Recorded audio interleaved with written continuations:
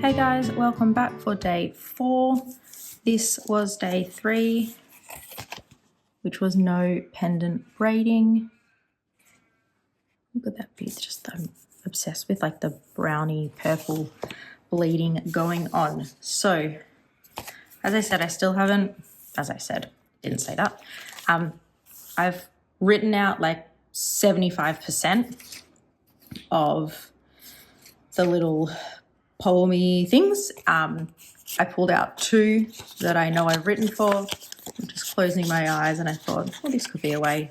I'll do 1 today, 1 tomorrow, and 3, 2, 1, whatever this one is.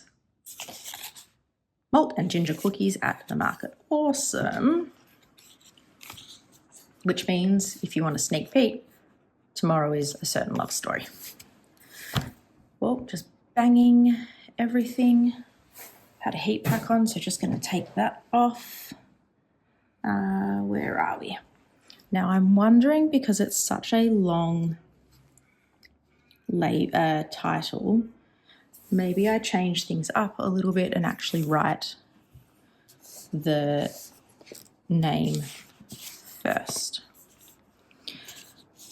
One thing I will say about this ink of interest, like this is just some, like, it's from like an art paper pad, but the greens that kind of come through in the chroma shading on other paper definitely doesn't come up there. It has come up in some of my other notebooks. Interesting to see how much it comes up on this Hobonichi A6. I think we'll see more of the green here compared to on that little card there.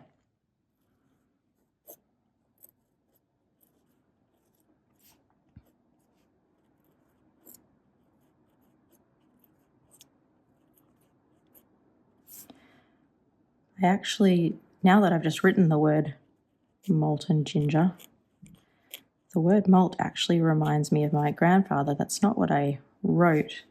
But I remember actually quite clearly him trying to explain to me what a malted milkshake was.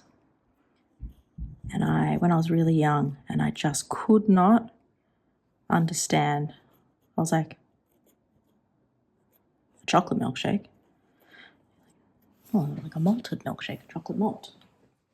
It feels a bit old school when people talk about malt, that chocolate malted milkshake.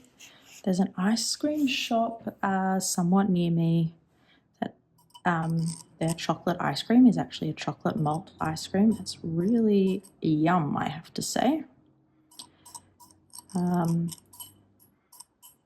I remember when I first swatched this, the label I have, it's malt and ginger. But I remember watching a video shortly after I'd swatched it of someone else swatching it, and they'd called it mint and ginger. And as much as that's not what it's called, I have to say that I don't like that. Let's add another one there. That the green that is already coming through almost straight away actually does remind me of mint. That really kind of light green. So that kind of name probably would work as well. I'm not sure what a mint and ginger cookie would taste like, to be honest. But malted ginger would probably be really nice. So I think when I was doing my first video, I was saying, oh, some of the names might be hard. Maybe for malt and ginger, I'll end up doing something like to market. And I went with that. I kind of changed the words, but it's just a little Sarah's version of the to market nursery rhyme. So I will do the same speedy uppy, joop, joop, joop, and then come back and do my little ink vial cap, swatches to finish off.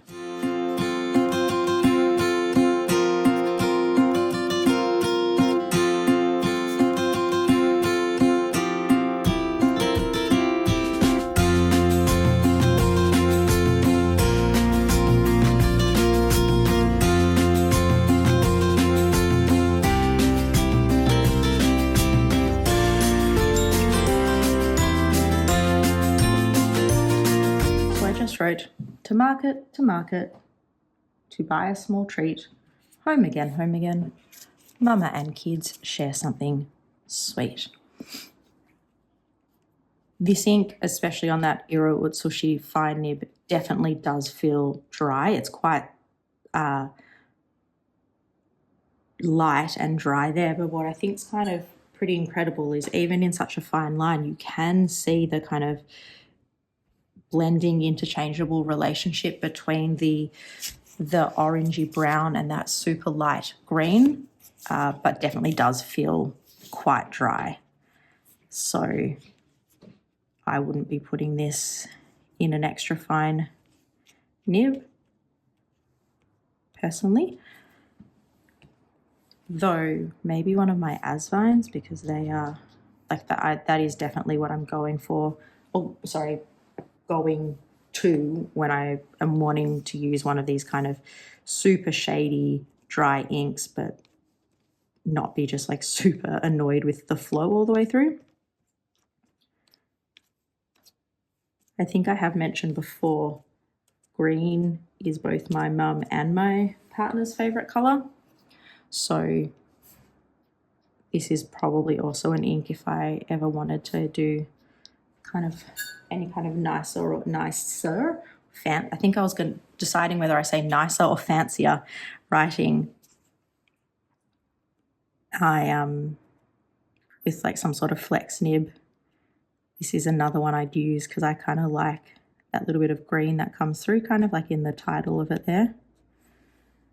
And I got a tiny bit more there. So there we go. That is day 4, and I'll just show you kind of what I was talking about. So that's on that swatch card, and you're really just not seeing as much of the green come through compared to here. I think on the better quality paper, you can see a lot more of the green. It's got that really beautiful orange kind of border around it there. That's probably what's evoking the ginger. But yes, I think of the 4 thus far, this one has felt the driest, probably also the lightest.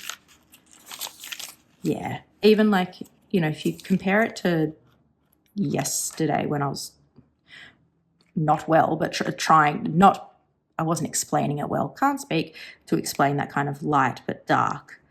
I think that's a bit of a good example. Like that is more legible to me than this. This is right on that border of, in a fine nib, just for my eyes, not being legible, and a full journal page in that I think could be quite hard. But it is definitely a beautiful ink.